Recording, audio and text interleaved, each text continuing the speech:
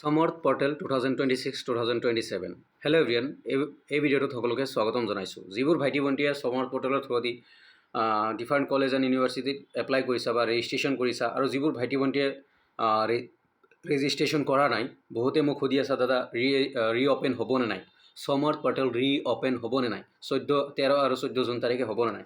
চ' সকলোকে এই ভিডিঅ'টোত স্বাগতম জনাইছোঁ। কথাখিনি ভালকৈ শুনিবা, তোমাৰ কুৱেৰিজ তোমাৰ ডাউট ক্লিয়াৰ হ'ব পাৰে। ফাৰ্ষ্ট অফ অল কথা, ইয়াতে মই সমৰ্থ পৰ্টেলৰ অফিচিয়েল চেনেল ৱেবছাইট লৈছোঁ, য'ত লিখা আছে গাইডলাইনখিনি আছে লেফ্ট ছাইডত তোমাৰ। আৰু ইয়াতে যদি তুমি চোৱা, ইয়াতে মই জুম কৰি দিছোঁ, ৰেজিষ্ট্ৰেশ্যন ক্ল'জ, মানে যিবোৰ ষ্টুডেণ্ট অলৰেডি ৰেজিষ্ট্ৰেশ্যন কৰিছে বা কৰা নাই, অলৰেডি ক্ল'জ আগতে হৈ গৈছে। আৰু ডেডলাইন আছিলে 22 মে'। ৰেজিষ্ট্ৰেশ্যন ডেডলাইন আছিলে 22 মে' 2026, মানে 22 মে' 2026ত লাষ্ট ৰেজিষ্ট্ৰেশ্যন আছিলে। বাট এতিয়ালৈকে কোনো বৰ্তমানলৈকে ৰেজিষ্ট্ৰেশ্যন ক্ল'জ আছে।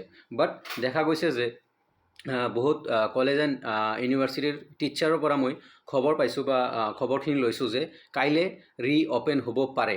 চ' তোমালোকলৈ ভাল খবৰ যে যদি ৰিঅ'পেন হয়, ইয়াতে অ'পেন হৈ যাব, ৰিঅ'পেন হৈ যাব বা অ'পেন বুলি ৰেজিষ্ট্ৰেশ্যন অ'পেন বুলি আহিব বা এভেইলেবল বুলি আহিব পাৰে।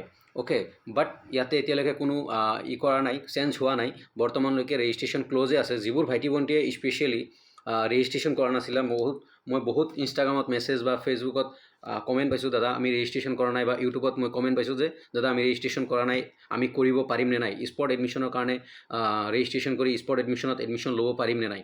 চ' যদি ইয়াতে অ'পেন আহে বা এভেইলেবল আহে, ৰেজিষ্ট্ৰেশ্যন ক্ল'জ আছে বৰ্তমান, যদি অ'পেন বা এভেইলেবল আহে দেন তোমালোকে কৰিব পাৰিবা। আৰু যদি কিবা কলেজ চেঞ্জ কৰিব লাগে বা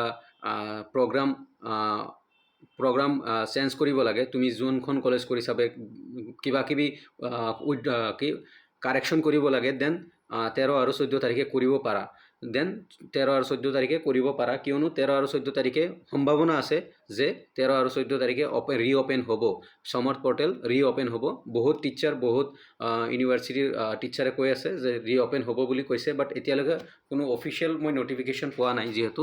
চ' সমৰ্থ পৰ্টেল ৰিঅ'পেন হ'ব বুলি চান্স আছে। চ' যিবোৰ ষ্টুডেণ্টৰ কিবা কাৰেকশ্যন কৰিব লগা আছে, কিবা ৰেজিষ্ট্ৰেশ্যন কৰি স্পট এডমিশ্যনৰ কাৰণে যাব মন আছে, দেন তোমালোকে কৰিব পাৰা। তোমালোকে অহাকাইলৈ মৰ্ণিং 10 AM তোমালোকে চেক কৰিবা সমৰ্থ পৰ্টেল এডমিশ্যন assam.admission.samarthportal.ac.in যদি এই ৱেবছাইটত আহা, দেন বা আছাম ডাইৰেক্ট সমৰ্থ পৰ্টেল মাৰি দিলেই এই ৱেবছাইটটোত পাই যাবা।